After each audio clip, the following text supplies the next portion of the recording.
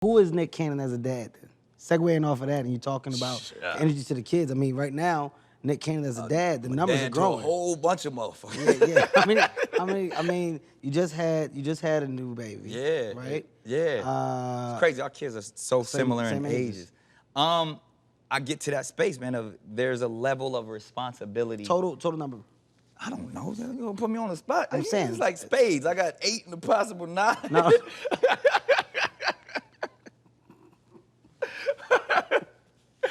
I like children, damn it. I like having. You like procreating. I'm out here You're procreating. You want the Cannon, the Cannon name is gonna live on. All right? Forever. But coming from a space of like, man, I'm really trying to build and establish as much as I possibly can because I feel like as a provider. So, I mean, right now as we sit here, you know, having 6 kids, it gives me the ability to say, man, I can affect so much. And even, you know, me and Mariah's twins are like just seeing what that entity built them. Now they preteens. And I'm like, damn, I didn't know that was gonna turn into that and then watch a legacy come out of that.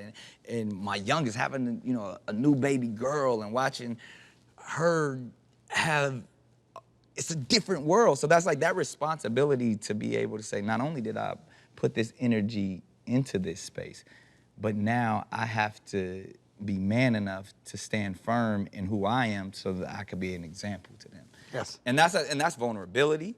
That's emotions. That's like, so I'll never try to get it right. I'll never try to be that perfect example. You know what I mean? Like, it's as cliche as it sounds. Strong to say. Yeah, strong. it's like I ain't trying to be a role model because a role is something you play. You know what I mean? We just out here trying to be authentic. We trying to be real models. We trying not even a model. We trying to be a real role model because a role is something that you play. Strong. Strong. We out here talking isms, man. You know? No. I'm picking up a lot of the stuff that you laid down. I love to talk to you because I listen. I find myself just honestly listening. Okay, so on some real shit, let's talk this for a second, because this is what I struggle with, and I see you deal with it very well. Because naturally, I'm an introvert. I don't. You fall back. The bigger a room gets, you fade to the back. Yeah, and you don't like you effortlessly walk into a room and control the energy. Mm-hmm. I don't like controlling the energy in the room. Why?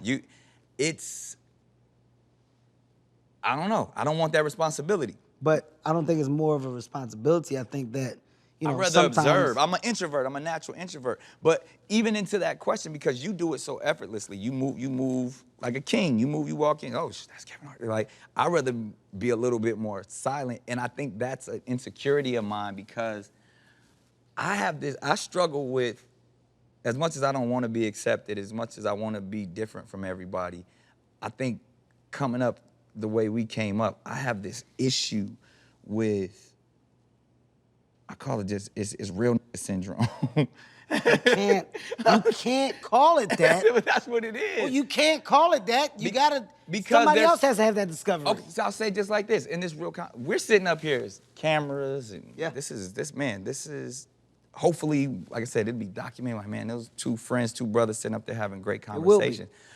But to the cat that's on the block, to the cat that doesn't get to experience these rooms that you control and when you walk in, are we really connecting? Are we actually being our authentic self? Right now you are.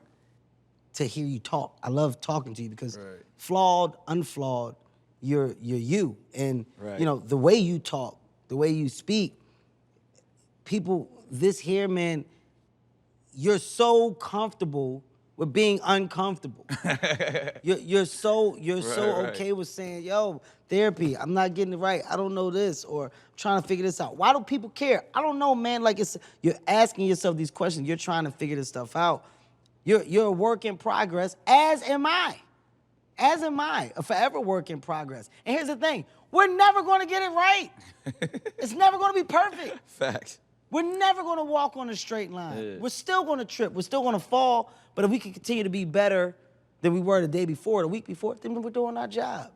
This right here to me, this is doing our job. This was a dope-ass conversation, and it was real. People don't get to hear us talk like this. No, it's real shit. And that's what this is about. How much I owe you? You don't owe me anything, but You know, the therapist, when they say shit like that, they charge me after. They charge, no charge, man. Nick, I appreciate you coming on, man. Amazing conversation, great dialogue.